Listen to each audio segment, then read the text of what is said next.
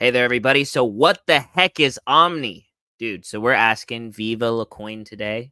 And this is going to be a very special episode because, look, it's going to be a surprise for you guys and a surprise for us. My internet has been in and out. So will I be here the whole time? Nobody knows, but we're going to find out together. Let's get it started.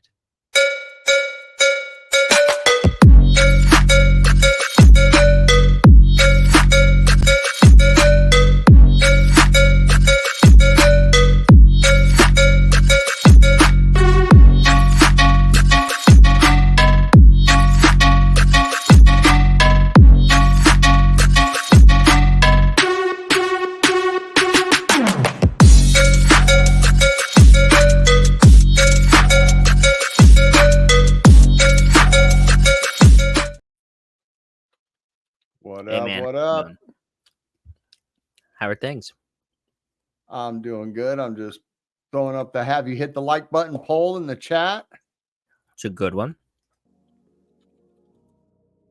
I keep forgetting that I can do this at any time. I don't have to wait for the stream to go live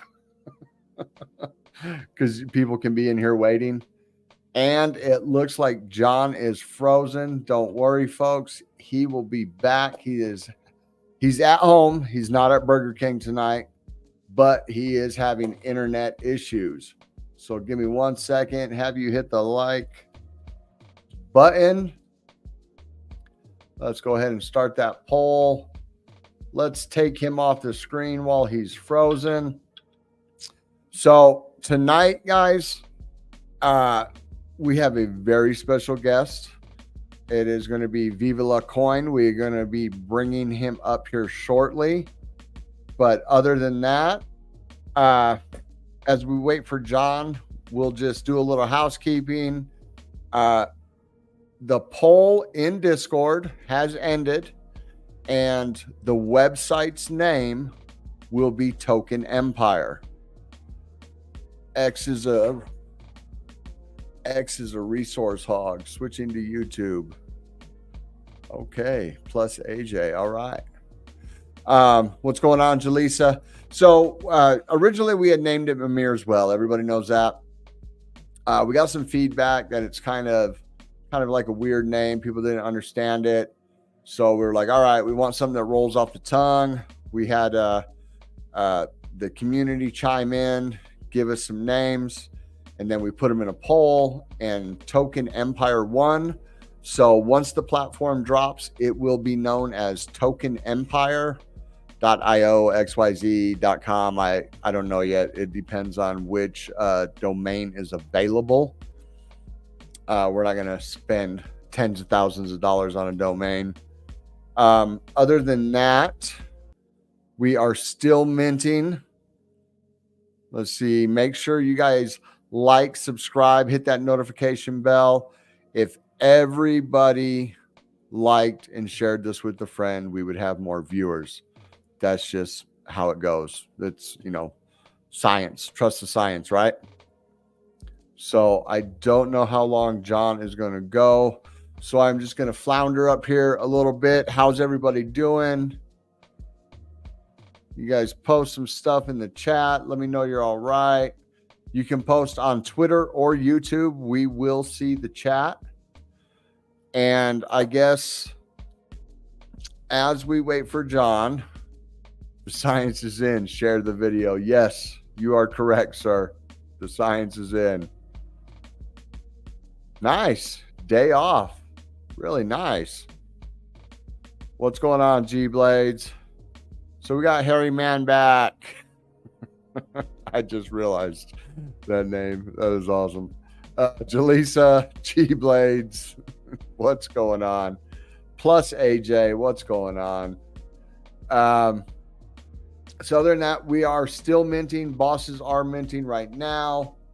Let me go ahead and we will bring that up. It is pinned as an event in our Discord. Okay. And I believe Steve Hoppy won the Name the Platform. So shout out to Steve Hoppy. His was the name that was picked. We got Seji in the house. What's going on, Seji? I think Steve, even though you gave him the raffle ticket already, I think he just posted he's going to be opening a ticket there, Seji. I don't think he's paid attention to general chat. So let me go up here. Let me bring up the mint details. We'll share this real quick.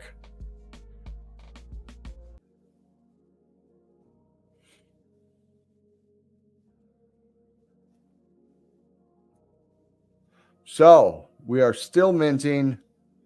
ADA's on the low right now. It's less than 40 cents. And the bosses are only 99. And every boss will give you access to Token Empire once it launches. Plus, you'll get 2x staking over junkies because it's half the collection. So once we drop staking, you will get 2x on that. And we're going to leave this open because we know what we're getting ready to drop. So no matter what, once we hit 1,000 mints, we got that Sneckies we're giving away. Once we hit 1,500 mints, we have the platform is going to drop. So Token Empire will drop once we hit 1,500 mints. So that is about it on that. And I'm not sure. Let me see if we take that down. Let me see if John is talking to us in team chat. No.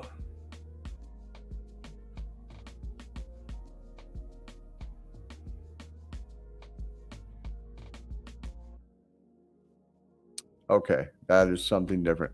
So as we wait for John, what I'm going to do, we're going to go ahead. We're going to go into market update. All them coins we looked at yesterday, I said I think the bottom might be in. They've all started to turn a little bit. And yes, the Thai gang is back, Jalisa. Last night was just a one-off. I do have a question for the community. We're going to post this because a lot of you guys are regulars. You know, I see everybody in the chat is here almost every freaking night. Do you guys like the new format of the show? Or would you rather just see us do this podcast style? Would you rather the show just be Monday through Friday podcasts? You know, we go through, we have guests, we just talk about the market, talk about Cardano, what's going on in the day? Or do you guys want that structured show, like with the introduction, the market update, project review, charts, headlines? Let us know in the chat, and we're going to talk about it in Discord also, because the show is really for you guys, but we do need to grow. So we're playing with some stuff, seeing what hits better. But as we wait, let's go ahead. Let's get into the market update. Oops, I hit stop sharing. All right, let me share my screen. Let me get that back up. All right, we have a green day today. I mean, barely, but it's green. It's up 0.6. And I think John is reconnecting right now. So there he is. He just teleported into a studio from a bedroom. Look at that. That's awesome. Guess what? This is why we love live television, for one. Yes. But the second thing is my neighbor came over, knocked on my door while I'm screaming all these crazy profanities. I almost had to put $1,000 in the tip jar in only a handful of minutes, right? It was only a handful of minutes. And he comes and he knocks on my door and he said, "Hey, I just want to let you know that we have a new internet with a new password. Here it is." I said, "Oh, that'd be great. Thanks." Took a picture of it. And I logged into our new internet. And we're good to go. So John. Yeah, we're good to go, dude. We're good to go. John will not disappear on you guys again. I love how he disappeared right in the 30 seconds to the opener.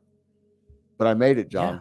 I made it. I was able to do it without you. No, that's fantastic. And I was saying, Jalisa, the merch you made looks amazing, right? Yes. And what is it? I think it's jpgempire.home. .shop.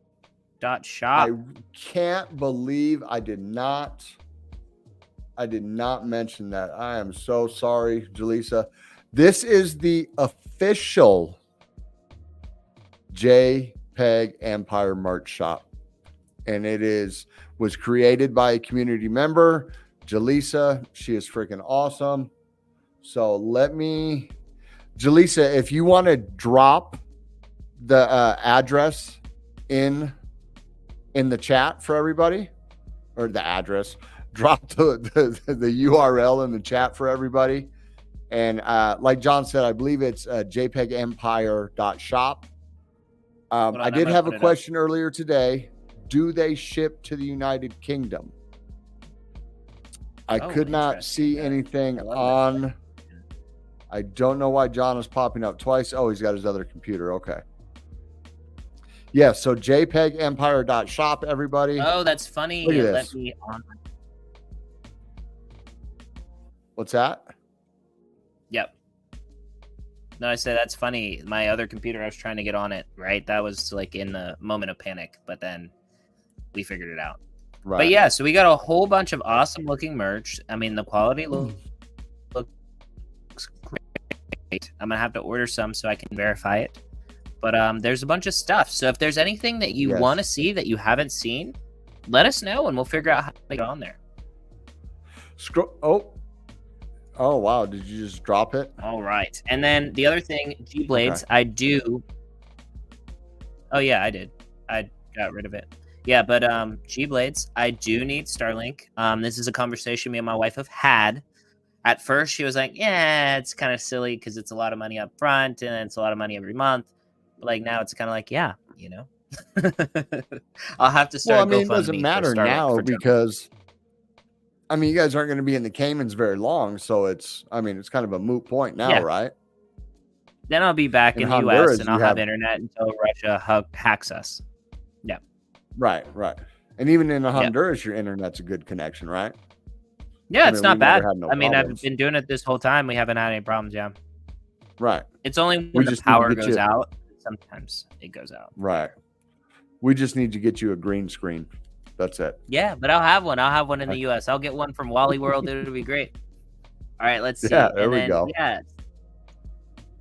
Let's see. Stay frosty while sharing internet. Definitely VPN at all times. That is 100% true. Yes. 100% true. You should be running a VPN no matter what. Yeah, just in case. Just in case. So jpegempire.shop. This is the website. Everybody should go check it out. G-Blades, I don't know, but I think you should try it. We will find the answer to these questions, and we will make sure that we have it pinned somewhere. Everybody can see it. Men's boxers, too. Yep. And then they have some fire angel wing leggings that look pretty cool. Yes. I think G-Blades should order some angel wing leggings and then post a pic, bro. We will make you go viral. 100%. We'll get you'll go finance viral on it. Yes. So let's do the now that you're back, let's do the market update real quick because we have an amazing guest waiting in the wings. He's out there. He's sweating. It's a heat wave. So we're going to get him on here. Let's grab this real quick. All right. Like I was saying a few minutes ago, we are actually up today. Let's refresh this so we got the best numbers, right? So we're up. Not much, but green's better than red.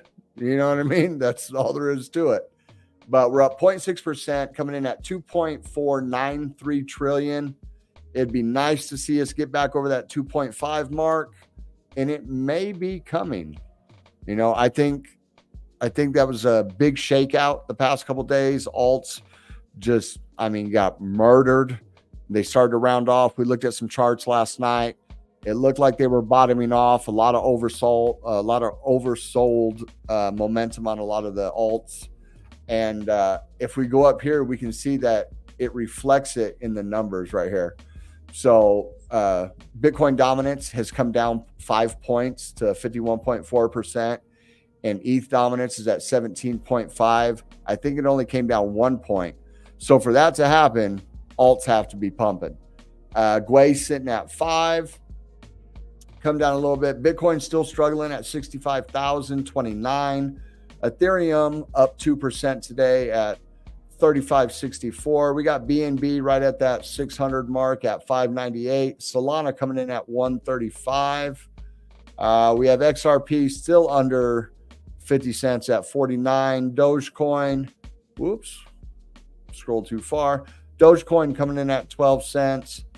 Toncoin back under $7, but still holding that 10 spot at 696. And our baby coming in sub 40 cents. Man, that's crazy. Man, what a good price to mint a JPEG boss at. I'll tell you what. I would funny hate to you be said that because I just went over, dude. Yeah. At, you know what I mean? At $1. Jeez, I'd rather have that 36-cent data. Yeah, of course. Yeah. So let's go. Let's see what the biggest gainers. Fetch. John and I were talking about this. It was at $1.23 last night when we looked at it, and John was saying, "Do you think it's a good time to buy in?" I said, "I don't know. I was like, I would get it." Yeah, and I had the opposite view. I was like, I don't know because we don't know what's going on with ASI. But we can't all be as apparently, smart if you bought either of these that we were talking about yesterday, Singularity Net or Fetch AI, you'd be up over 20% today. Yeah. We got Maker coming in at 11%. What's that? I said, maybe I knew something about something. I said, maybe we should buy some Fetch AI at that price, man. Right? I mean, at least Singularity Net is back. Oh, why does it do that? At least Singularity Net's back up over 50 cents. It's almost to 61 cents. We got Maker up 11%.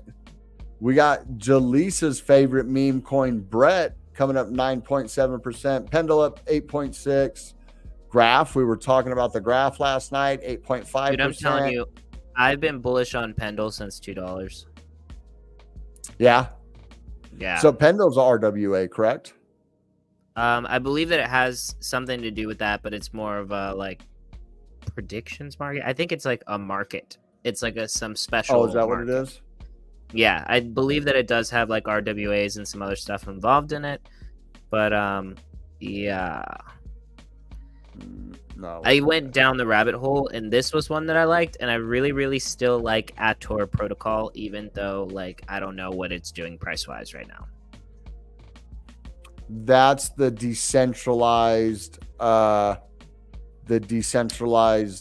Tor type project, right? Yeah, and I like it. And Tor, I thought it was bullish. It had a massive correction because Tor kicked it off the network because it was adding so many nodes to their network, and then they didn't like that because it was growing so quickly, which I thought it was bullish, making them, if they want to be a decentralized private network, and then they have to go off and be their own decentralized private network because they're kicked off the decentralized private network, that's bullish. You know what I'm saying? So it's because they were taking up too much market share, or what? Yeah, I believe that that's what it is. Or also, some people believe have that back door. Yeah. They didn't have the back door. That's what people believe. Right. Yeah, just because you're on the dark web doesn't mean prying eyes can't see what you're doing. You know what I mean? All right, let's look at the biggest losers. Not too bad today. Look at that. We only have a few above 1%. We got Jasmy down 5.8, Notcoin down 3.8, Toncoin down 3%. This doesn't surprise me because these two right here are within the same ecosystem. You know what I mean? So that doesn't surprise me. Notcoin runs on top of Toncoin. It's a gaming coin inside of their ecosystem on Telegram. Dog with Hats down 2.3. Big Get down 2. Athena down 2. Solana, Monero, Privacy Cash, and then we just get into sub 1% downs. So, look, and we're up 0.9% now on the daily. Heck yeah. Still hasn't changed. Buy Nike. Buy Nike. There you go. Buy Nike. We did the other day on stream live. So, but you saw the face. So, what do you think about Nike? I was going to say, you saw that pig's face. I mean, dude, How could that not be? Right? And then like the moment that you had Charles baffled that we're all so crazy that like it almost got to a $2 million trading value, or 2,000,008, I guess, trading volume Right. within 12 hours. Of course. But the problem was that he pointed it out. If he never mentioned it, never said anything else after that, there's no way it would have gotten to where it got to. And then he was mad about it, about how high that it got. So everybody, well, just I don't know if because they evoked that emotion, mad or more astonished. Maybe astonished. I think it was like astonished and dumbfounded. He was like, "What? You know, what's wrong with you people?" You know what I mean? By expressing that in this type of market, I think the market said, "Hold my beer." Right. Yeah. Oh, 100%. I love it. I mean, I'm holding it back. All about hype. Yeah. Memes are all about hype. If you got the right people shilling it and holding it and getting on spaces, that's what it's all about. You know what I mean? See, but I'm excited about this one because this one is not about a meme coin. We've been talking about meme coins. We like meme coins. They make us giggle. But today we're going to learn about something that's a little bit more than that from one of my favorite people in crypto, right? Are you ready for this? I'm ready. Are you ready? I mean, he's literally in our intro video. Yeah, it's true. It's true. We had to get him on. Yeah, we had him in the intro video. We got to get him on. Yeah, we didn't even ask. Right? Let's find out what he thinks about that. Hey there, Viva. How are we doing? What's going on? How's it going, bros? What's going on? Happy, today's Wednesday? Yeah. Yeah. In this no, office, we have Viva. But, hey, it's all good. We're in the dungeon. It is a busy, busy week. I see people in the chat. What's going on, Omen fan? And no, I'm honored to be on. It's a big week with OMNI coming up on Friday. And although Nemo and I will be doing a space tomorrow at 5:30 p.m. Eastern, there's as much as I can talk about it and spread the news and answer questions and make sure that everyone then I'm all for it. So the pleasure is mine. Oh, absolutely. All right. So you are maybe lagging just a little bit every so often. It's probably just hot in there. It's probably just the computer's hot. Just melting my computer. Yeah, that's probably it. StreamYard is kind of crappy sometimes. I wish we had a better solution than StreamYard. It's okay. Somebody will build it, and it'll be made on blockchain. There we go.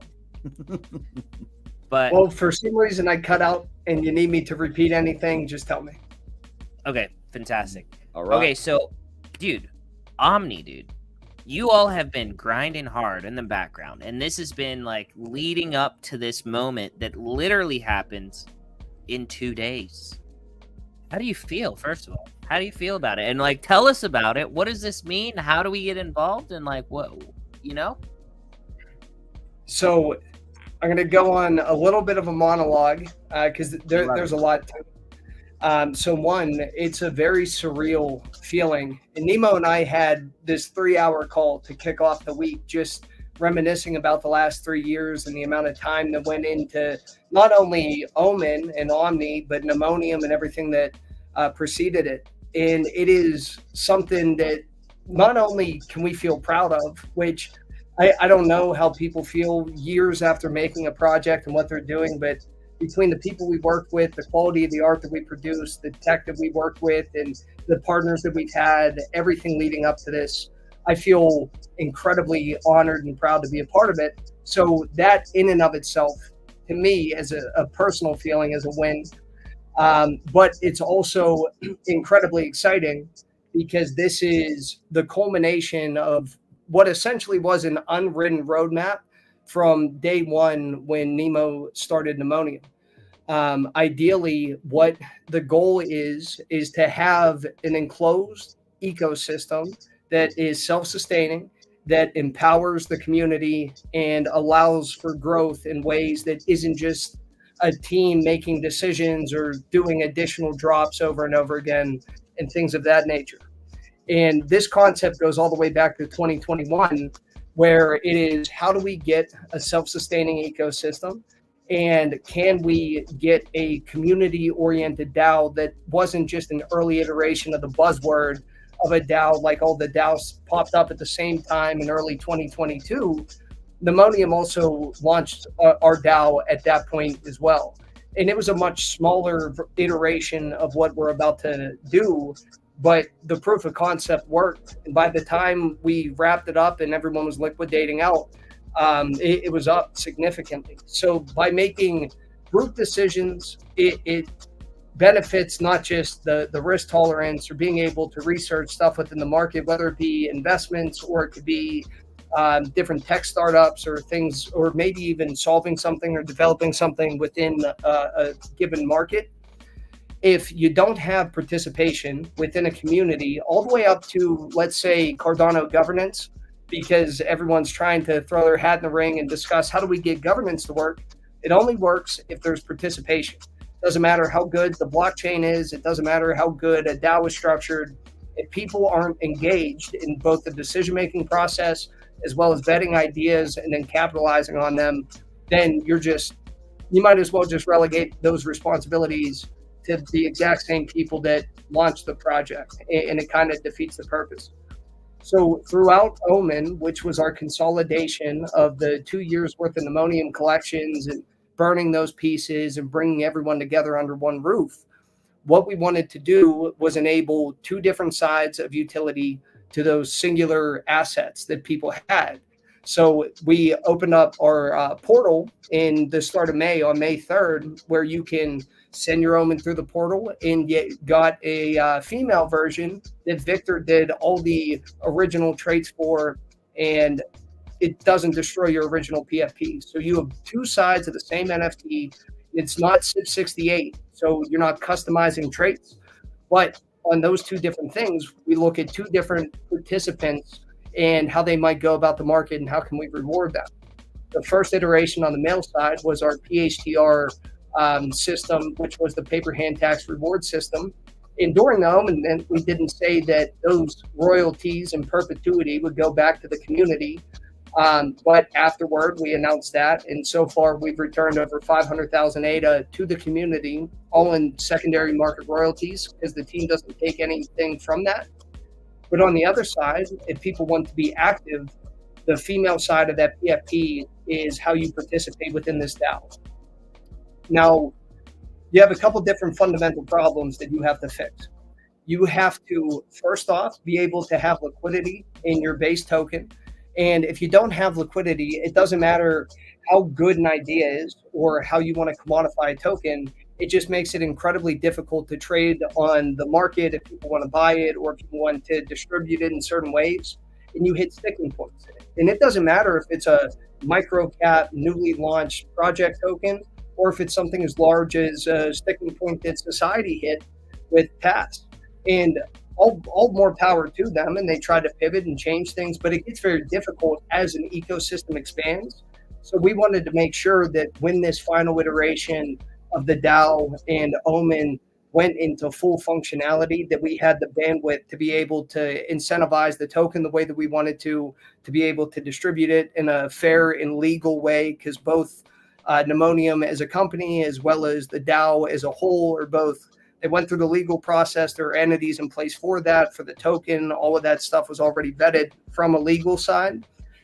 And you want to be able to do that right, because Skull Token was created by a developer within our community, but it was never issued by Nemo or the team in that context. And we used it for art mints and things like that, but we want to make sure that whatever we build is functional for the community. So first off, we have to address the tokenomics in the supply of Skull, which was only 13 million. And at the time, we had a very small community, and it was a super tight-knit group of people.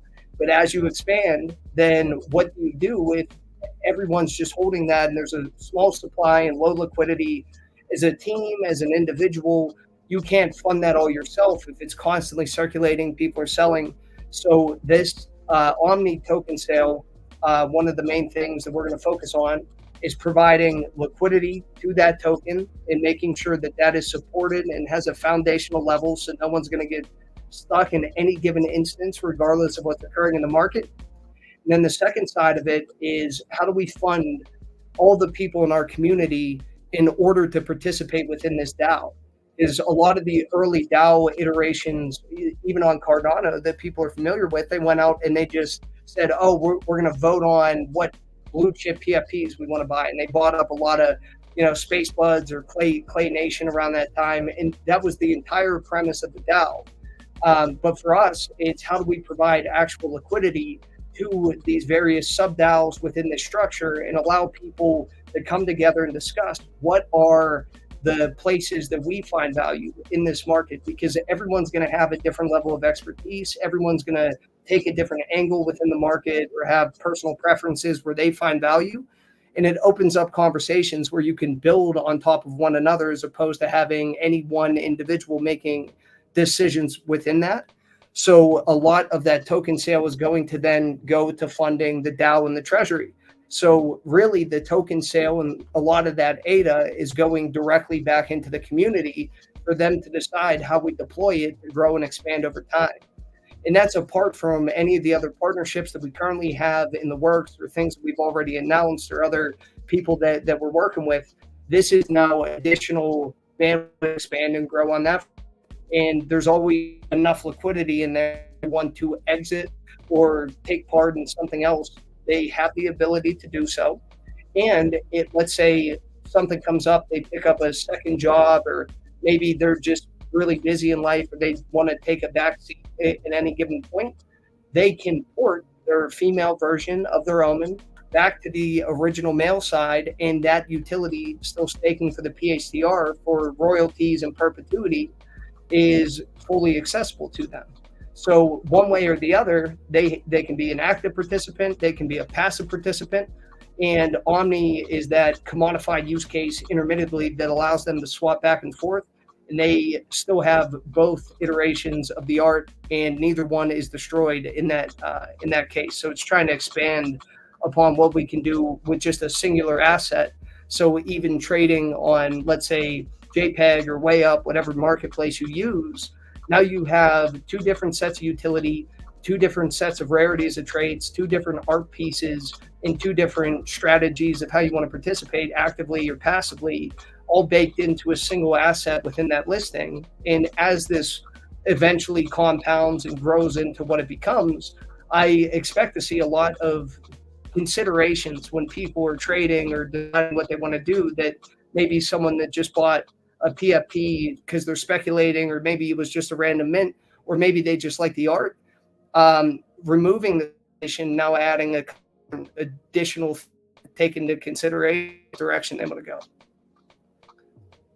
Gotcha. So you're able to basically determine how involved that you want to be in the actual governance, depending on which side of the Omen that you actually have active at the time. Correct. Right. And both sides will still have something to do. It's just one is significantly more passive. And then as people buy and sell, they benefit from that secondary market royalty. And there's not like an end date to that, like after the Omni sale or at the end of 24. And then on the active side, it's really a blank sheet to fill in the blueprint of how we want to take it. And I know Nemo's incredibly adept in markets. I spend a lot of time in markets, and I'm sure that we could just sit there and kick ideas back and forth between each other. But it's when you get everyone else involved, especially in a place like crypto, where there are new opportunities popping up left and right, different partnerships that we might be able to facilitate different innovations or ideas on how to connect things or how to build specific aspects or needed gaps in this market. They could all be a potential direction that you could take to either improve revenue, improve the ecosystem as a whole. And then the final part of that loop is we also have a stake pool, and that is completely community owned. So any blocks that we produce, those royalties go back into the treasury and continues to help refill that as we produce the blocks. So it's each piece of it trying to build off of one another while interacting within that closed loop ecosystem. So, That's massive. so you mentioned, so I have a few omens, and I sent one through the portal and got a woman from it. So my omen is still there on the other side of the portal. If I send her back through, I'll get my original one back. Yes, sir. And it will be Oh. the exact same piece, whatever traits that you had. And I know because even outside of functional aspects, I'm a collector. I like art. So for some of those, I still want to be able to appreciate the piece, go back and forth. And sometimes I'll look, if I send one through the portal and this is my other side, I have to weigh out, would I trade this or would I sell this to buy a different one? Because I still have to consider what the original one was that I might have purchased off a secondary because it resonated with me. Yeah, I picked my least favorite one and sent it through the portal because I didn't want to get rid of my other ones. I was like, I like them all, but it's like, okay, this one and this one are kind of similar. I like this one better, so I'm gonna send that one. But I thought I was burning it. You know what I mean? Nope. We're temporarily, but right. But it's reversible. Okay, and then yes, sir. So once Omni drops, will I be able to use Omni for that swap? Or is it still ADA? Correct. So it's ADA only for the first swap. And then after that, it's Omni as many times as you want to switch them back and forth. There's not a second period where it would be for ADA. Women's side, that ADA goes into the partnerships and the legal stuff and some of the stuff that we've already done preemptively. And just as a project to be able to continue. But the main thing for us is we didn't want to mint out more collections and start to dilute the overall 10,000 piece collection. So now you have 20,000 assets in a 10,000 piece collection with multiple different royalties baked into each individual. Right. Okay. So my next question is, when I was reading the Medium article, it said that if you own Skull, you'll be getting dropped one Omni per skull. Correct. And a skull going away. Correct. So that is an old token that we are porting over into Omni. And when you're doing this, like we had to take a couple different things into account because it's not lost on us that people take into consideration tokenomics when they purchase something or they set their expectations.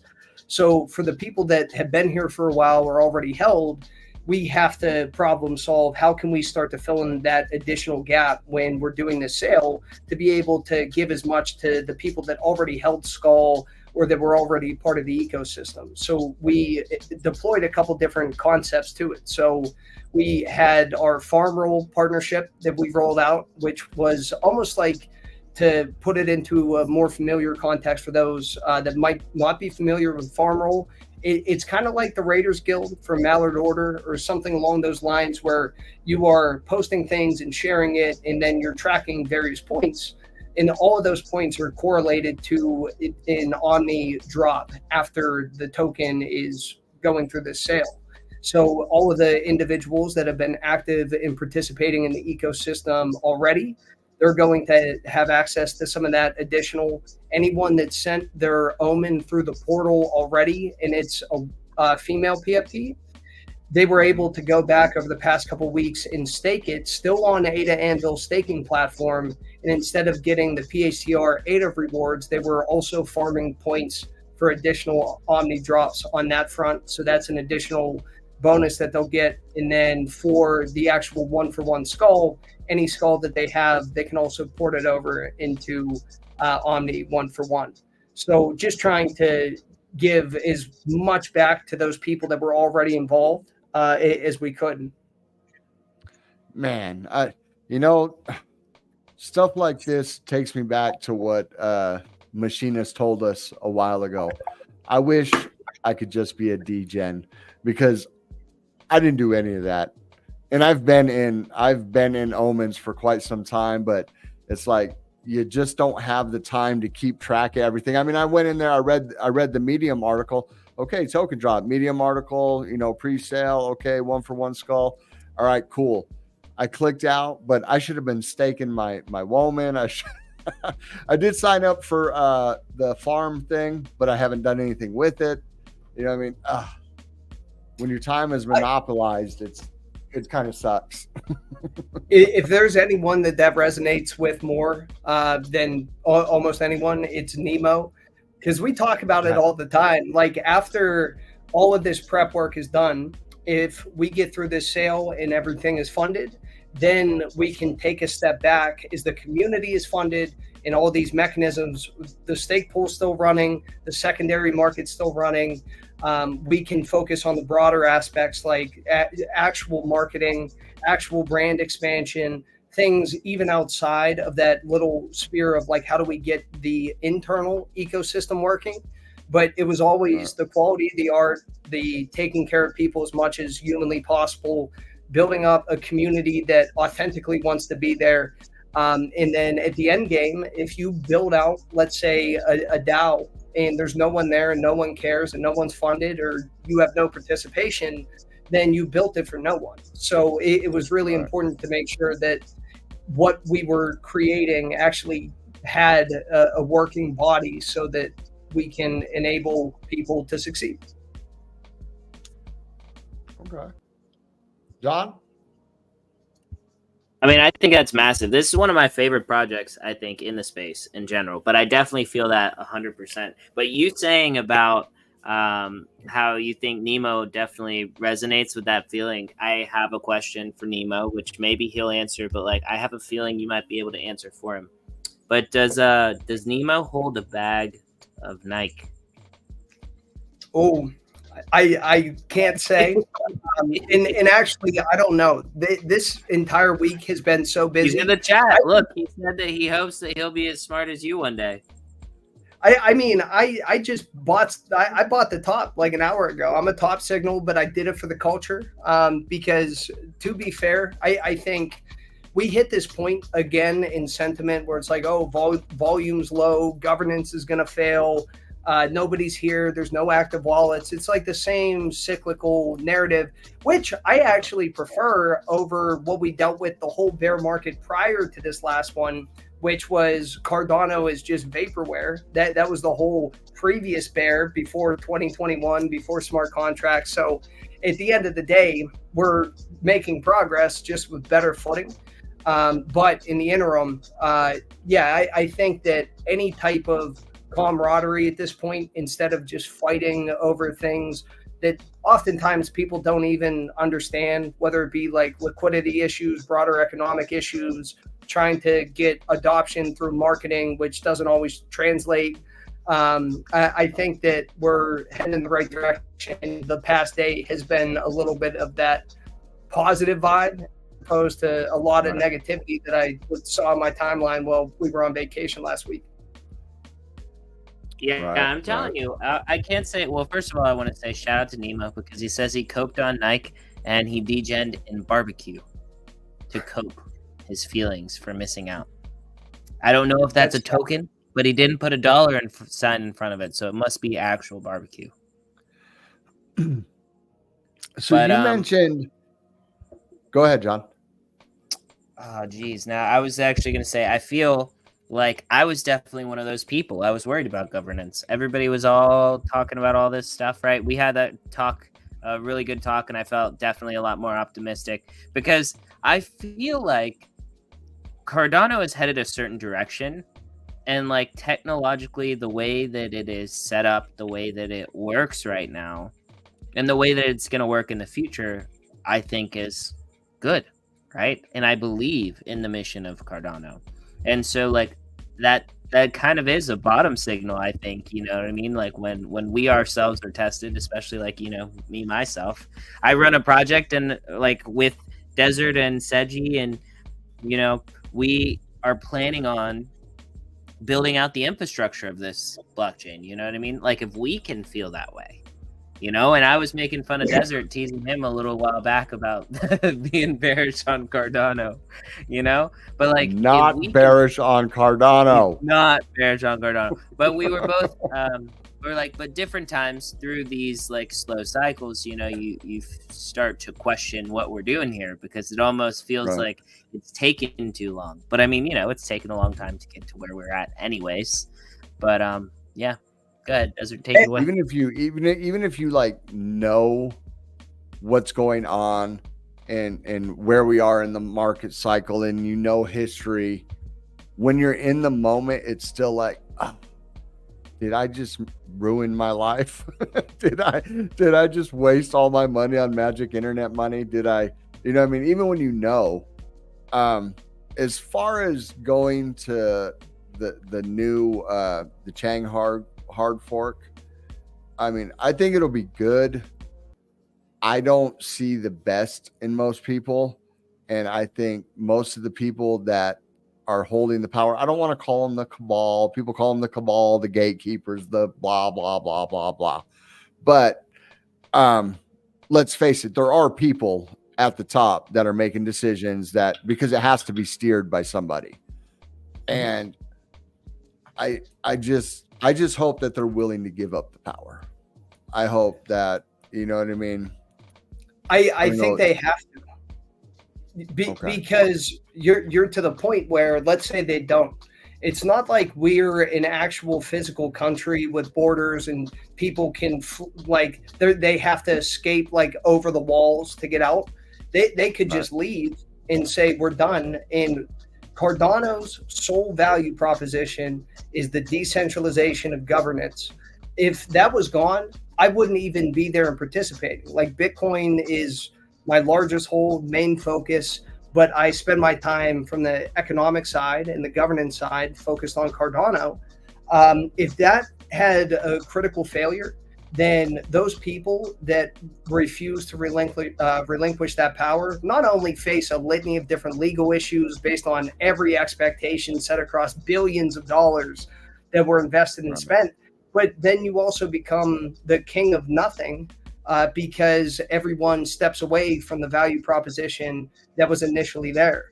So it's in their best interest, even if they have the weight in the voting, to not burn everything to the ground. And that's one of the most contentious conversations was around like the interim constitutional committee, which is only temporary. It's an interim constitutional committee, which I believe they're not going to have a choice but to not overstep or overstay their welcome or put themselves in a place that they shouldn't be as it goes live and as we get the ratifications to whatever we need to do. But even those people that are applying, I saw pushback like, oh, well, of course, the people that extracted the liquidity or have these businesses and do these different things. When I was talking to John earlier about the same kind of conversation, the way that I put it is everyone is in this mindset currently because it's where the liquidity is at, that we're all in the trenches. We're trench warriors in the trenches, and all the people that have the businesses with all the money, like they're not paying attention to our trench stuff. I'm like, yeah, but you didn't dig the trench. A lot of those people that have the wallets in the businesses and the volume that have been here, they dug a lot of those trenches. And when it comes to the initial decision making in a transitionary period, I personally, and I would believe a lot of other people, would not feel comfortable taking a random handful of people and putting them on that board when they might not care about governance. They might not have invested years of their life and time and credibility and whatever else to build something here. And I think that there's a mutual vested interest in them getting it right, but there also has to be a certain level of accountability. And I've been vocal about issues and catalysts. I think that we should have single ADA voting, not like a digital identity, but to where, let's say if I have 100 million ADA and I'm like that one whale wallet that was nuking everyone when you could downvote. Well, they've removed downvoting. And then imagine if I could use all 100 million ADA to vote, I can only use it one time. So if I want 3 or 4 proposals to win, I put 25 million into one, 25 into another, and 50 into the third. But I can't do 100, and sweep the board of all the ones that I want, start to break up and diminish the overarching, like you still have the volume of your profile and where you can put it, but you actually have to stand behind the things that you would intend to burn that vote on, instead of just choosing everything that you might have a vested interest in. And what would the reset period on that be? Just that voting block? Yeah, just that catalyst fund. And That if fund. and the same thing goes for if I had a million ADA, and I'm not a mega whale wallet, but I still have a decent amount of weight. I might find maybe if I submitted one and my company's trying to secure funding, I might use all of that weight just on that proposal. Or if I see a lot of value in, I read a really good one by Danketsu in their fidgetals and things that they wanted to do. Let's say I really wanted that one to be funded because I think that it can do good for the NFT market in a way that we don't have. I might use that whole voting weight in that one direction, but I can't turn around and drop it again over and over and over. And it starts to diminish the weight of that whale wallet because specific in the things that they want to fund, instead of using it to overpower and nullify the majority of people voting with smaller wallets. So that's one way to do it. I mean, you could do quadratic voting, but I feel like even to decide how those parameters would be set, you would need those wallets to essentially concede to that. And I think that would be a little bit less likely. But it takes time. It's just push and pull and problem solving. And it's going to be a messy, difficult thing. Governance is going to be the hardest thing that we're going to do. It's going to be the hardest thing any blockchain is going to figure out. And early on, certain blockchains like Bitcoin, they stray very far from governance in general to where, hey, we don't want to change a lot of things. We're not going to put up all these different votes. And if we do change something, you got to get every mining pool involved, and it's a several year-long process. So I don't think anyone has specifically nailed it in the way that we're going to attempt to over the course of the next couple of years. So on that note then, so you said, so it'll be like, so decisions will be like turning a cruise ship. It's going to take time for things to change and evolve, because with the DAO, that's just kind of how it is. There's nobody able to make a split-second decision. Do you think the ecosystem is evolved enough at this state to have that longer period of pivots or whatnot? I think Cardano unknowingly became that group of people. Whenever everyone jokes that Cardano followers and this massive ecosystem of support that we have is a cult, that's just because everyone comes out and starts poking and prodding into the tech and starts like saying, well, what about 5 years from now? And everyone's just saying, hey, we were just excited that we got the meme token we wanted on the Vegas Dome. Like, why can't everyone just be excited about that? And Cardano has always been almost gravitated towards by people that are thinking long-term for what do we actually need these systems for, and not so much how can we simply make money, because there are faster, easier ways than Cardano. There always have been in this market to do that. And yet billions of dollars have voluntarily staked in a liquid system that they can revoke at any point and take back because there's a certain need for that. So is it going to be easy, or will, your average degen friend on Twitter accept that or contribute to the conversation? Maybe not at first, but I think adoption comes from necessity and not from marketing.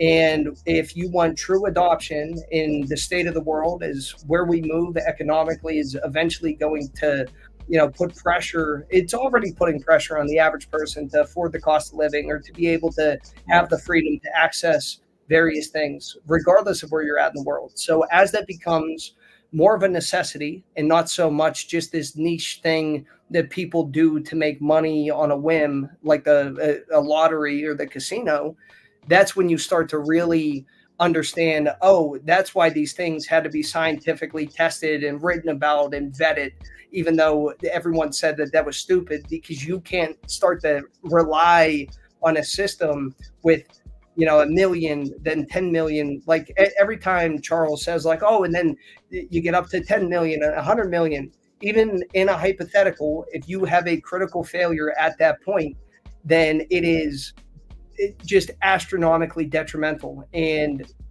it's not regulated to the point where someone's going to come in and bail the people out or save anyone. No one's built a governance system like this yet. So it's important to do it right. And in the interim, even like today, everyone's excited, focused on a short-term thing, almost just to refuel, I think, their emotional energy meter so that they can jump back into the important things over the course of the rest of the year. Okay. Well, any of us who have been here since last cycle or before know that Cardano is the opposite of go fast and break things. So, so we know that it's being built right. I mean, we wouldn't still be here if we didn't feel it's being built right and has the staying power for longevity. I just wanted to get your opinion on that. So I will add one last thing about go fast and break things. I do agree with everyone's outlook that we're rushing governance a bit. A lot of people feel as though it should take more time. We should have more discussions. The issue is there's a lot of false transparency coming from regulators in the government in the U.S. that sets a lot of the ground rules for how this market operates, which is ridiculous because it's a sovereign market and technically you can operate anywhere in the world based on their regulatory outlook. But with them burning the Genesis keys, let's say they decided to, on their last day in office, Gary Gensler's being fired or he's about to quit. He drops that same case that the prior SEC chair did on XRP, drops down the case, and the SEC just delists them and they sit on top of it while they're looking at all their tech and ties everyone's hands. The moment those keys are burned, we have a level of insulation to not only avoid the conversations about a security or centralization, but it protects the entire community to continue to build. So I think that it's almost try and stay ahead of the curve and figure things out to the point that we know we're not going to we're not putting in things that don't work, but we're going to have conversations after those keys are burned in order to continue to ratify and streamline our processes of thinking as a collective. So just wanted to add that because that's the only reason why I feel as though they're pressing that a little harder just due to the regulatory pressures. Right. I can see that. Well, as far as governance and all that goes, I will let the people that are smarter than I am figure that out as long as we bump up the marketing. Man, we need some marketing. Cardano needs marketing. You're muted, John. You're muted. John, you're muted. No, I was talking somewhere. I can't remember where it was, but somebody was talking about something, and I was like, and do you know what the thing that really pissed everybody off was? I was like, the Algorand commercial. How freaking good was the Algorand commercial? It hit everybody right in the feels, right in the brain. Like the marketing on that Algorand commercial was amazing. We had Rich Flair. He was one of the people, just like a person in the community, really outspoken in Algorand, somebody that he's in our community and several communities I'm in. He's an amazing person. But seeing him there on the commercial made my heart so happy, right? I was like, this is our people. And then you see the other people there. You got Scaramucci, you know what I'm saying? Yeah, I like the mooch saying, how could I get in that line? You know what I mean? Very expertly crafted commercial. Yes. I mean, like, when I saw that, and like, I feel like that was one of the things. That was like around the time that people were even more heated about the advertising and marketing. I was like, of course. We all just watched this amazing commercial, very simple, pointing out the strongest part and like one of the most amazing use cases for a chain like Algorand. And we're over here yelling and screaming. We just want a commercial. We want to be seen. We want to be on the mat of the UFC. We want karate combat. We want to be behind it. You know what I mean? Like, we want to be on the FIFA sponsor, and we got a billionaire up there. He could spend his money. He could call his friends, right? I actually have a thought on that. So looking at Algorand, since that commercial came out, if you want to talk about price is down since then, pretty significantly. So marketing in that case, a very good commercial, very good marketing, didn't positively impact price. Their volume hasn't necessarily changed. So although marketing makes us feel good because we're here and feel unseen, what is the actual targeted outcome of that marketing? And then secondly, when you're talking about what to expect from acceptance or regulators or anything else, Algorand was publicly shilled by Gary Gensler back in 2018. Actually 2 different times, but one in a conference, he's on video saying it because one of the professors at MIT is actually the founder.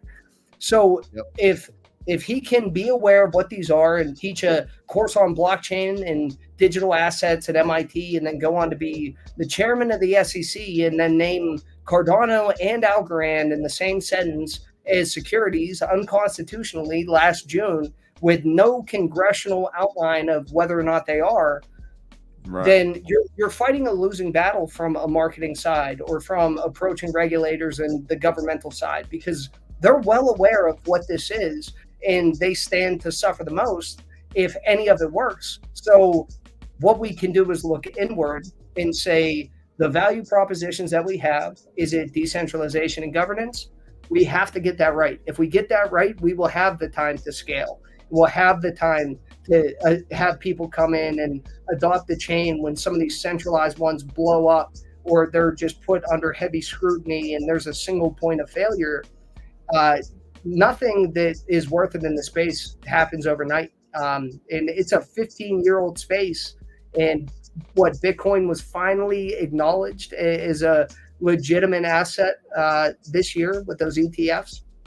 It's a very, very long road to get those things right. But there are a lot of correlations in those communities like Algorand or VeChain or Cardano and eGold, or used to be or now it's Multiverse X. Like I believe in people more than I believe in traditional systems. And if technology can allow individual people to make collective decisions and be accountable for them, both collectively and individually, I think that's the path to success. And if we can land everything that we want to do, even with Omni or our DAO, it's kind of trying to emulate that same idea of Cardano governance and the ability to make collective decisions for the better of the whole over time to expand that same common goal. And it took 3 years just to get to the starting line and have everyone understand what we're trying to do and to prepare to get the funding and to have a community that wants to be here and participate. If any NFT project said right before they minted back in 2021, hey, we're going to be working on stuff and we should be ready to go in mid 2024, everyone would say, what do you mean? There's not instantaneous startups that can sustain themselves, and we're not going to have a metaverse in 6 months. Like, we're reforming and re-educating ourselves as a collective as to what this space can do at the moment, what we would like it to do in the future. And then there's a middle ground that we just have to be able to center ourselves in, or else even as an individual, you said, sometimes the market's too much. Market psychology, behavioral psychology, the amount of social engineering and fraud that still does occur in crypto and Web3. It's not just only traditional finance. Like, it's a very, very difficult thing to digest, even if you know what you're doing at times. It's just mentally exhausting. So trying to go back to those same principles and lean into them, that is the single best thing I think that anyone can do. Yeah.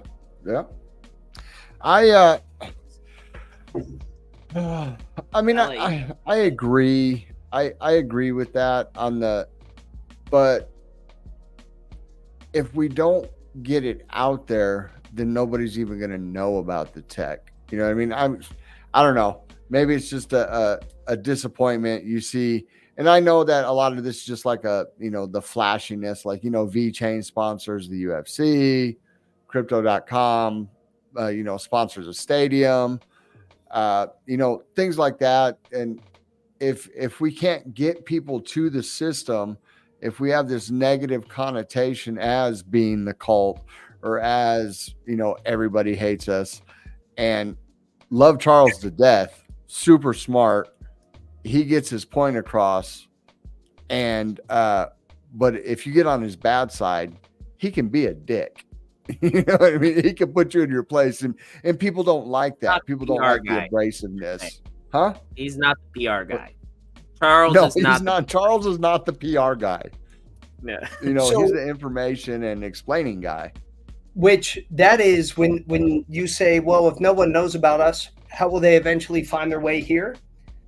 In the same sentences, but everyone hates us.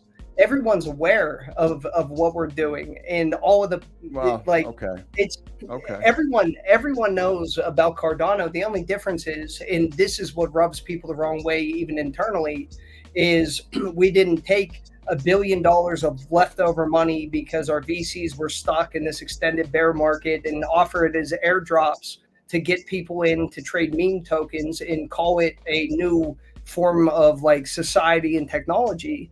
I'm sure if we took the 1.4 billion ADA in the treasury and we just started airdropping random stuff to people, they'd be like, this is great. This is Cardano finally figured it out, when it's not necessarily doing anything that this market was intended to do. Everyone's aware of us. They just dislike us. I always go back to the same example of, and maybe I'm a glutton for punishment, but there are two cryptos that have been hated the most, at least in like the top 10 conversation over and over again. And one is Cardano and the other is Bitcoin. And for anyone that's been in this market long enough, I've seen every financial advisor, every banker, every government, every politician, the majority of technologists and developers I know that just do traditional engineering. Everyone said it is a worthless, valueless Ponzi scheme that has zero merit and no reason to exist. And yet it has a $1.3 trillion market cap and is the cornerstone of what will eventually become that 13th sector in the traditional stock market and cryptocurrency and digital assets. So those two have gotten a lot of hate because they don't benefit any like venture money that's going in at this stage. There's no reason to rename a stadium after us because they're not going to get an instant bump of token release to them that they purchased in pre-sale that they can just sell on a whim. In a lot of the altcoins that aren't making new all-time highs, I saw before you brought me up, it was like Fetch AI and AGIX. There are two of only 8 cryptos that were around in this last cycle that just finished that made a new all-time high. And that's including Bitcoin, BNB, that was also rated by the Department of Justice, and that isn't necessarily a natural thing. Render, which is also AI, but almost nothing else in the altcoin market made an all-time high. And AGIX is a Cardano native token. It's the liquidity isn't there, so we're chasing narratives that are funded and paid for to incentivize people to chase them. And we enable that type of thing, but you could do that without blockchain or with just a single centralized chain, and it would be no different, and it doesn't really throw off the traditional system the same way that people were trying to exploit, all of the TradFi platforms during the meme stock run. If they want to shut that down, they'll shut it down. But if it's advantageous to leave it open and let us piece each other apart while they're buying up all the spot Bitcoin and clearing the ETFs and buying all the mining companies, and we're giving away the value proposition of this market to them, then they're going to do it because they might be corrupt, but they're not stupid. And they've been investing in Bitcoin and building out crypto infrastructure, digital payment infrastructure since like 2017, 2018. So all roads lead back to the same spot unless they don't.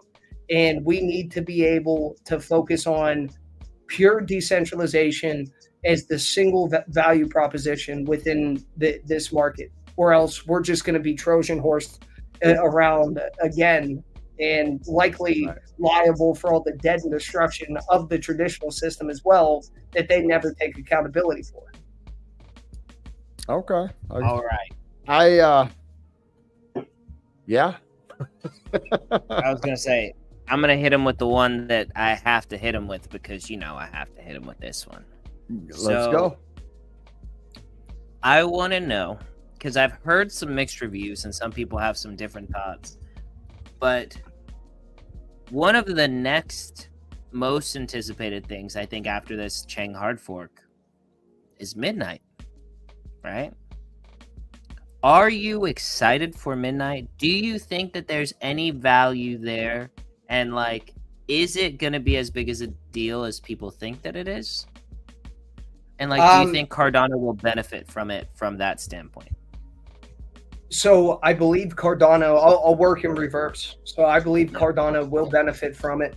And partner chains as a concept aren't a new thing. I know that everyone that bought Cardano at $2 at the peak of the last bull cycle, they're like, I can't believe now there's a partner chain. Like, it was always intended to have these other ecosystems use the security and the SPO development and Ouroboros and how it's structured as that base layer, settlement layer. And as we scale the throughput and the ability to do it on chain, you can still do functions on Cardano as a chain. But with Midnight, I think the reason why that was chosen is the first partner chain, why it's a massive focus for IOG and a lot of those engineers, is privacy, especially in cryptocurrency, is incredibly important. It's a core fundamental value of people that were cypherpunks and thinking through how can we even establish blockchain or sovereign money a decade or two before Bitcoin even existed. So when it comes to privacy, any system, think about the harshest, fastest judicial action that was brought on anyone in this entire market, and that was Tornado Cash. They delisted Monero everywhere. You cannot find any chain with privacy, because despite them saying it's the Wild West and we can't do anything, everything on these blockchains is just tracked it forever. So it's all accessible, and you can go back and dig for any information that you want on anyone. And people even make careers out of going back and vetting, wallet associations, or sometimes when there are hacks, you can always trace any funds where they need to go.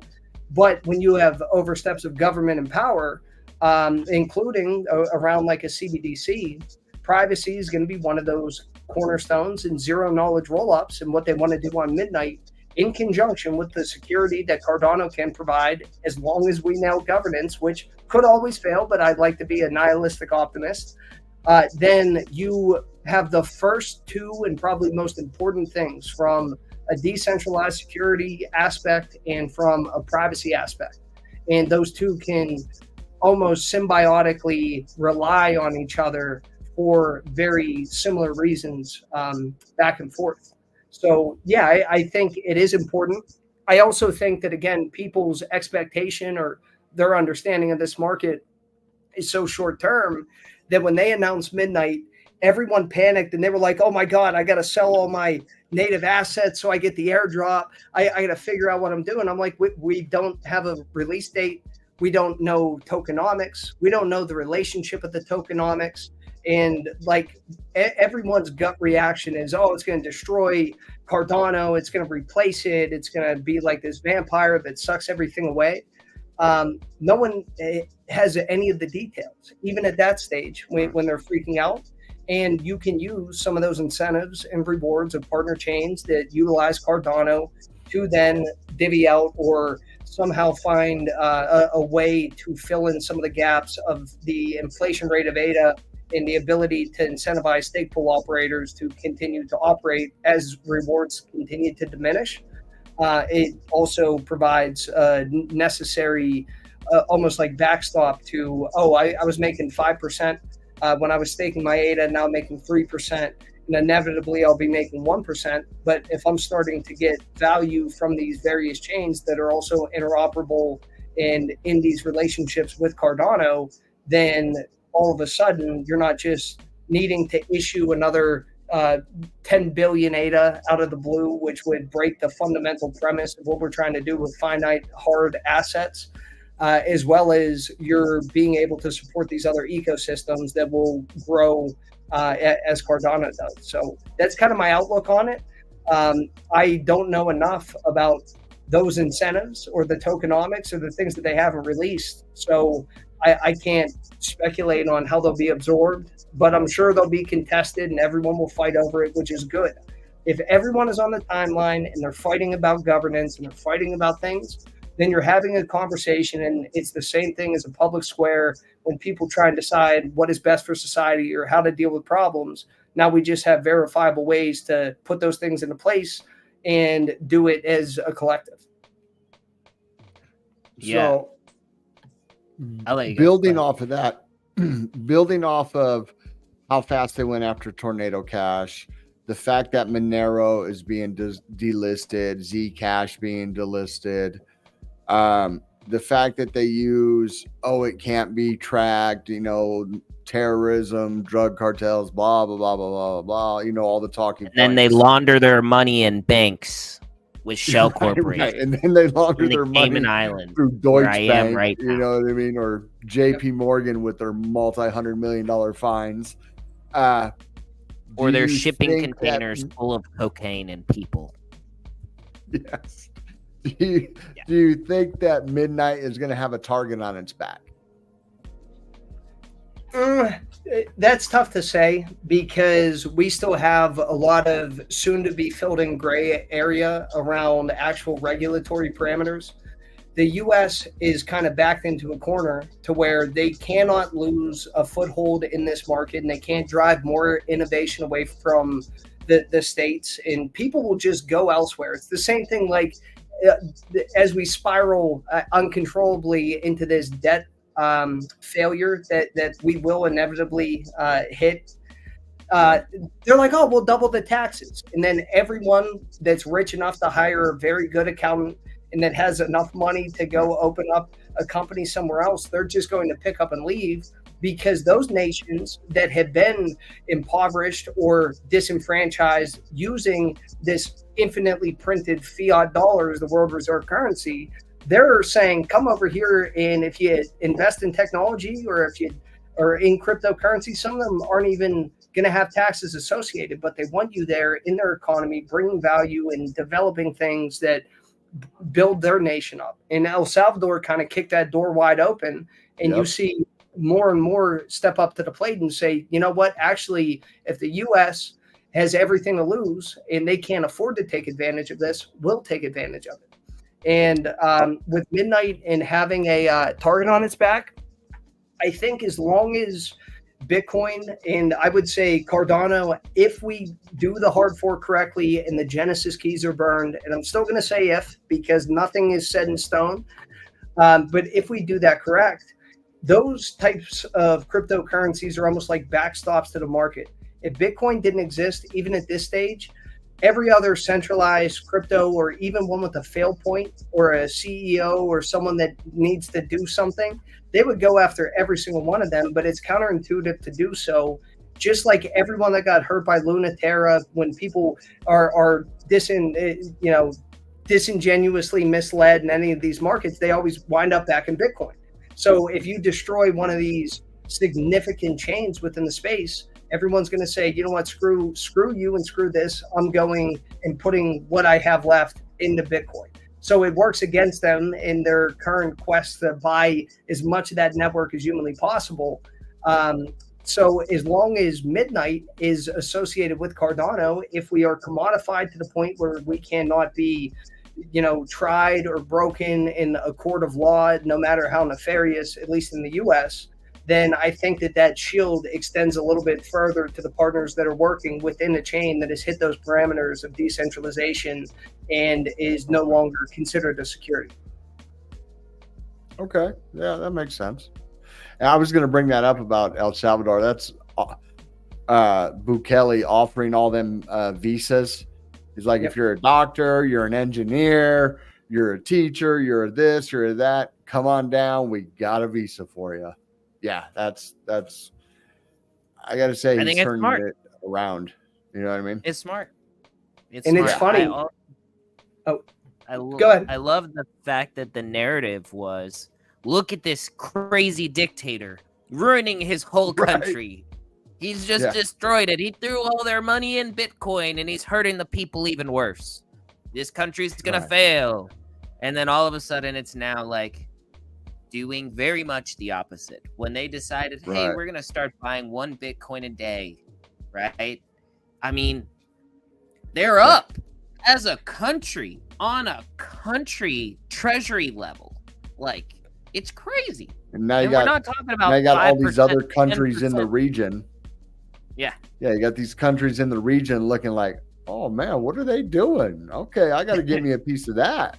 You know, they're like, Bukele's selling dope. In the context of when they did it was just as important of doing it at all, because if you remember when they announced that they were going to distribute some of that Bitcoin, it was going to become legal tender in September of 2021. Yep. It was right after the IMF, the International Monetary Fund, reached out and they were like, oh, you're struggling, we'll give you a loan. And they essentially tried to blackmail them the same way they successfully did with Argentina, who later wound up with 130% inflation last year. And Bukele said no and made it legal tender. But the same day he made Bitcoin legal tender, there was a $10,000 crash. I think it fell from 52K to 42K exact same day. And it was, again, still trying to send a message of, oh, you know, hey, we just gave everyone $30 worth of Bitcoin. Now it's worth $27. Like, maybe this is all worthless. The International Monetary Fund, World Economic Forum, the U.S. government, the Federal Reserve, these entities and conglomerates have every single thing to lose. There's not like a, hey, let's regulate it and we'll all benefit. You have the world reserve currency. You have the ability to issue infinite debt. You never have to pay it back yourself. You back it up with the military. You had everyone up until June 11th, which just this agreement with OPEC and Saudi Arabia that was in place for 50 years where everyone had to buy oil. Dollars just expired. We were talking about that. That was on the 9th. So for all of these things, they have everything to lose, including control over their own citizens and the ability for them to make decisions or to keep that money in their shores, even if it is disadvantageous for those individuals in that population. They will fight in every context, in every field, whether it be misinformation, because they do own the media companies, the same people that are putting these stories out that make no sense, and the people that are paying attention to things, even in traditional markets. It's not to educate people. We have a complete financial literacy problem and education problem, at least in the U.S. Yeah. It's not to protect them, because you can't come out and label 12 major cryptos as securities when Congress has never defined whether or not that they are. That's purely unconstitutional.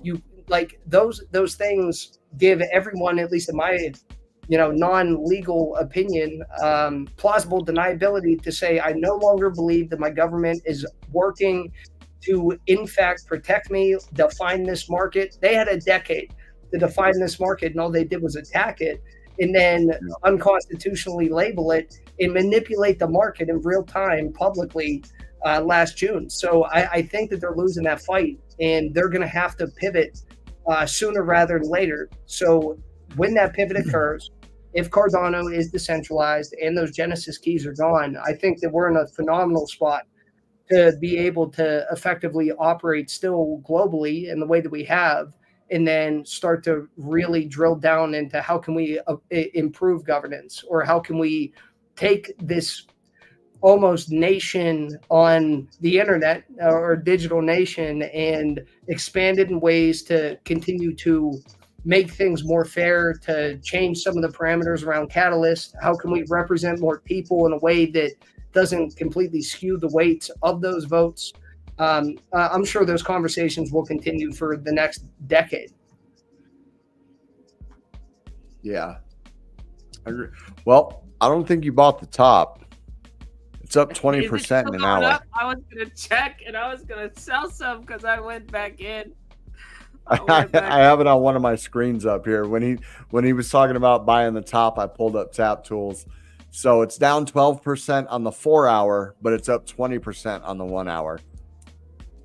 And then 300% on the 24 hour.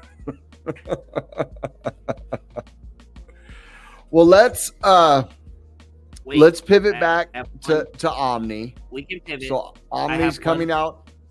Oh, go ahead. I have my Omni question. Okay, my Omni question is it true that you can buy Omni via ETH and Sol too? Yes, sir. So the way that we have it structured, is it going to be on the Anvil bridge? Is it available on the Anvil bridge, or will it be?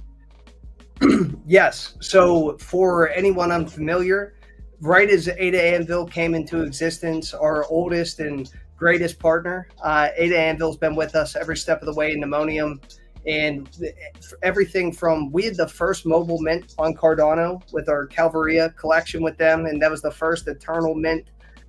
We piloted their affiliate links with them. We were able to launch their first non-custodial staking platform. So it's really been such an honor to work with these incredible individuals, and Cash and PB and Takari. They're so busy. I don't know if they'll watch this, but just know that I love you guys, and it's only fitting that for this token sale, they'll be working with us. So we'll be using their platform, and it will be accessible to both ETH and Sol, but there's not like a specific, only this tiny percentage is available to ETH, only this percentage is available to Sol. It's just open publicly, and you can mint with those currencies. And by not setting specific parameters around that, it helps us with a couple things. So although we can surmise that the majority of the volume is going to come from the ADA side, you want to be able to see how much interest at the moment is there on ETH, how much interest in the moment is there on Sol. And maybe if you want to partner up with someone and you see that, well, there was 75% more cross-chain that was done on ETH compared to Sol, maybe you would look in that direction and consider some of your partnerships, because their collective NFT community or people that were interested in investing are on that chain, and you can prioritize where to focus even externally from Cardano. But it's just to make it accessible, because we've had some great friends that we've met. We partnered up even over on Ergo with like Cyberverse, but there were a lot of great people from the Plague and other people over on ETH, like just to be able to make it accessible so that people can participate if they choose to. Thankfully, Anvil's incredible, and they had that capability. So we're going to be able to turn that on during that mint. That's awesome. Okay. But it's going to be, it is a Cardano native token though, right? Correct. So you're purchasing it with ETH, but it'll go to your Cardano wallet. Correct. Okay. In Nemo, unless there's something I don't know about having the policy split and be cross-chain, I'm sure at some point like we'll be able to have those bridges and do everything. Right. But for the purchase of it, just to be able to use those currencies. Okay. Plus the main use of the token directly out of the gate is going to be internally in that staking platform, as well as to be able to change your PFP back and forth. So a lot of the use of it to begin with is going to be Cardano focused. So yeah, then we have this question here. Ayo Viva. Oh wait, hold on. No, I know that inside joke. Okay, gotcha. And then it can be done. We just want to take a proper route and set up everything before expanding on to other chains. Okay, so actually, nice. That leads me to one of the most pressing questions, and I can't tell you. I think that I got about 300,000 emails asking this question. So I saw a tweet the other day that Nemo said that Omen is going to Solana. So is Omen going to Solana? He said that on Twitter. That means it's real, right? That's it. It couldn't possibly be building up an engagement leading into Friday for Omni. I'm sure that everything Nemo puts out, especially over the course of this week, is meant with a full intention and legitimacy. But no, although I have no problem with looking at cross-chain partnerships and opportunities. I think that there are plenty of incredible developers and ideas. And we've been looking at some things over on the Bitcoin side. We've been looking at different developers in Cardano. Yeah, how do we fill in some of the gaps here? But if a partnership arises, or if something, especially that's like symbiotically advantageous, pops up, and you're like, oh, we can work with you on this, and you're over on that chain and try and plug something in. I don't think any of that's off the table, but we're not. People said our floor would be 10x on Soluna. And then again, I think that people genuinely don't understand this market sometime, because everyone told me that Space Buds would be 100,000 ADA by 2022. No one knows how to define this market or what the value proposition of a business here is. All those projects that are finally building out the revenue and expanding their roadmaps and their vision, you're going to see people try and implement new ideas. And I can say, and I'm proud of it, that Pneumonium and Omen, we've always tried to be on the forefront of what can we do different? Can we do a mobile mint? Can we find a different way to incentivize the royalties during an upcoming mint, and also help it sell out while giving back to people? Is there a way that we can structure things that maybe other people will want to emulate?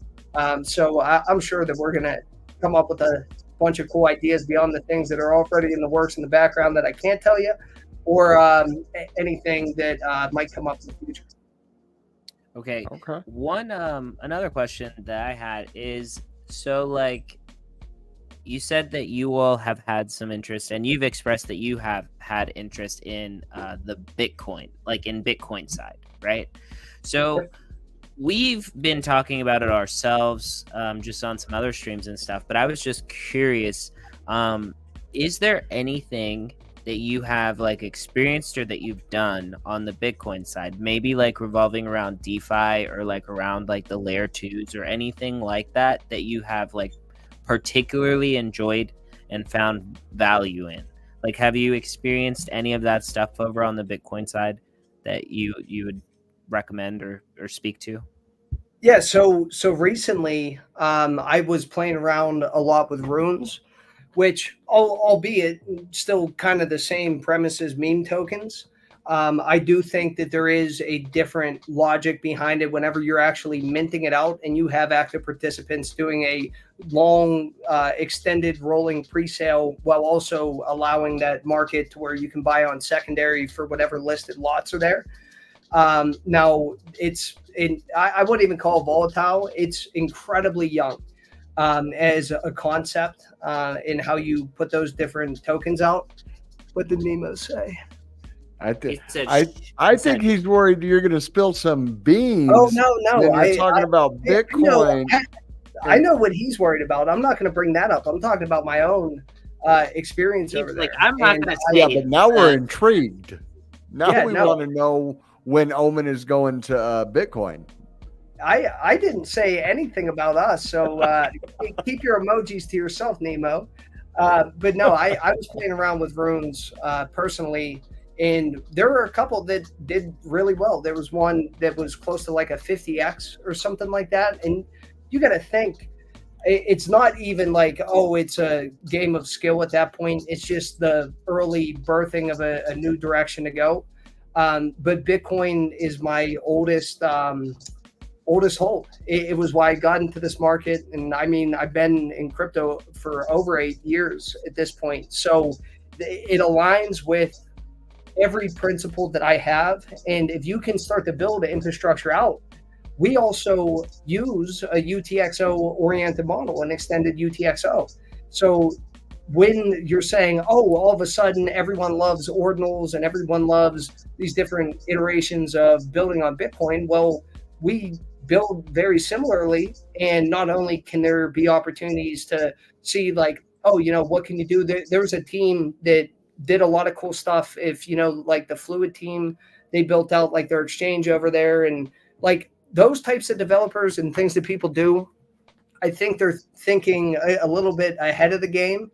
but I think they're on the right track. So being able to experience, what are these markets like and get a little bit of a feel for it. That's as far as I've gone. I haven't gone into investing heavily into some of like the L2s or the things that are the platforms on Bitcoin to build things out, just because I think there are better opportunities in the short term. But it's a really interesting narrative to see everyone start to gravitate back towards the backstop of the market. I really like so I really like runes. I'm intrigued by runes too here lately. And I think it's an interesting mechanism. What I am excited and interested to see is like the way that they'll be utilized beyond just, you know what I mean, a gamble or like a collection of silly, Satoshis. Yeah. And that's something that will come with time. I think that in any case, when you're trying to figure out how can we use a specific, let's say in this case it's a rune, you need to have an established market for it. And apart from one in Dog Go to Moon or whatever it was that hit almost that hit almost $1 billion market cap, like apart from that, like it's still a very, very small market. Like most of them are either still in the process of being etched and minting. There are a couple with like micro cap level market caps, but it's not even really an established market yet. So to be able to say, oh, no, here's how we can utilize this within Bitcoin or cross chain, I don't think people would necessarily even understand. If you grabbed a general market participant, even from the crypto space, I feel a lot of things around, minting or etching on sats, ordinals, runes. It's a very foreign thing that people tend to avoid. So we'll see who comes up with some good ideas on how to deploy or use them in a way that isn't just existing as an additional meme token on Bitcoin instead of let's say Solana or Base. Right. Yeah, I agree. Well, we are like an hour and 40 minutes in. We should probably start wrapping it up. Is there anything you want? So when is Omni minting? So when's it go live? Or anything else you want to shout out? I mean, we have all the socials in the description, right, John? Yes, of course we do. All socials are in the description. Make sure you're following Viva, following Omen. Check out the Discord. I mean, even if you're just into art, Omen's, it's hard to say this because we just dropped a collection, but Omen's probably the best art on Cardano right now. I mean, shout out bosses are awesome. Bosses are ours. We love them. Our artist is awesome, but Omen is, I like Omen. It's different. Okay, it's different. Yeah, it's that's not better than bosses. It's different. Absolutely. And massive love to Victor Ward, who was the artist for both sides of that, both the male and the female side. He's also an artist for Danketsu, and he does stuff cross-chain. He's a sculptor, but just a phenomenal human being and one of the greatest people that you could ever meet. And his talent is absolutely out of this world. And it's one of those things, just to add on to that before any final thoughts and wrapping up, that Nemo said since day one, it was always art and community, because without the art or something to actually represent the idea or the business or the consolidation of the community, then eventually you just kind of lose something that you're proud of to represent, even when there wasn't an announcement that day, or even when you're in the process of developing something in the background. And I truly love the art that Victor made. I was looking over, I have my Omen that he sent to me, and I got it framed with like all of the nice details and traits. But like I genuinely love collecting and I love art, and Victor was kind of that glue that stuck everything together between our community and Anvil's development and the platforms that we had in place. Now that is the visual representation of everything that we're building out from that enclosed ecosystem. But yeah, I just want to give some love to Victor really quick, but continue. No, that was it. That's it. Oh. Make sure you guys are following everybody. Like, share, subscribe. Make sure you're checking out the project. Also follow Nemo on Twitter. He's got some fire tweets. That's all I'm going to say. Absolute legend. And two last things I'll add. So okay. the mint or the sale for OMNI is Friday, but tomorrow at 5:30 p.m. Eastern, we'll be hosting a space. So it's Nemo and I, and we're just going to run it and leave it open, talk about everything, answer people's questions, just discuss the entire journey up until that point. So anyone listening, or if you see us post about it, retweet it, feel free to come in. You'll be welcome to come in, be a part of the conversation.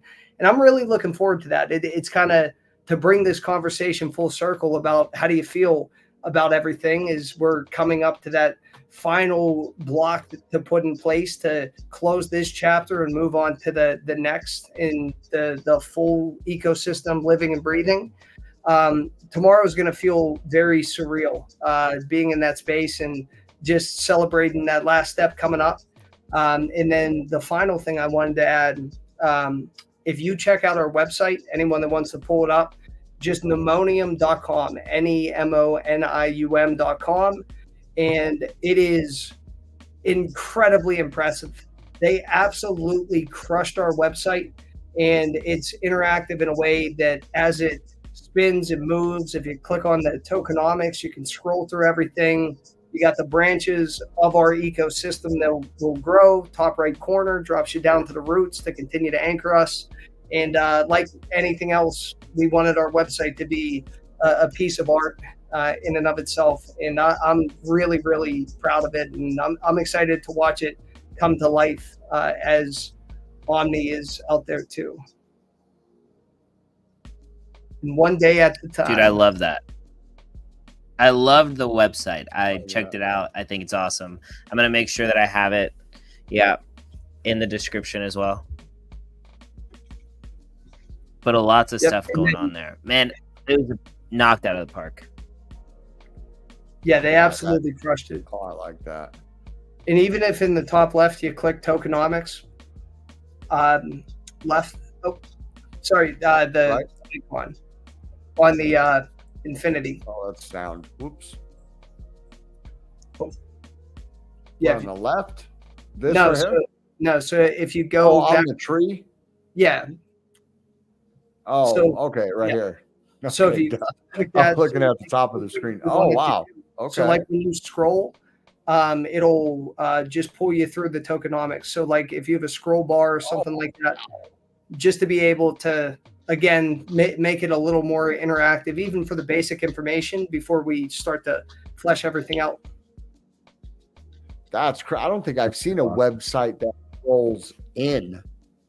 You know what I mean? Oh, you guys, I'm frozen because I got the website up. It takes too much power. Your website takes too much power. Yeah, but I close some of these other ones. There we go. All right. But yeah, I've never seen a website that scrolls into the website. You know, it's a vertical scroll with static things behind it. But this is dope.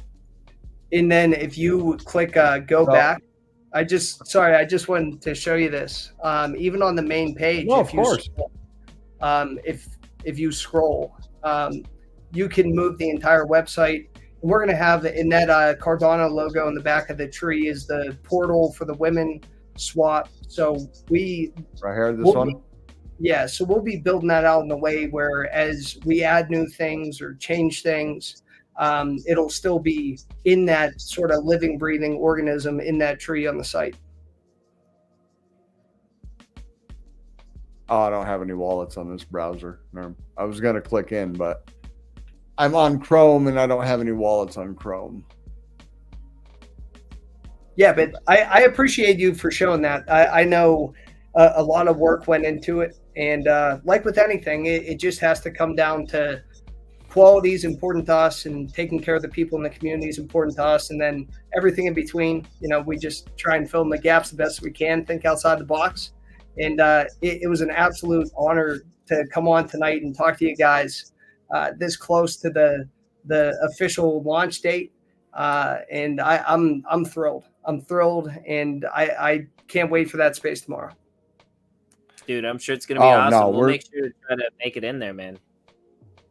Yeah, and it was awesome to have you on. I mean, I know the last time you were on here, it was just a record video with John. I wasn't able to be there, so it's awesome to actually get to talk to you, meet you, pick your brain. And whoever said it earlier, yes, I also wish I was as smart as Viva. It was Nemo, man. It was Nemo. So until then, y'all have a great night. We're going to get out of here. Make sure tomorrow, 5:30 p.m. Eastern, they will be hosting a space. What time does the token sale go live on Friday?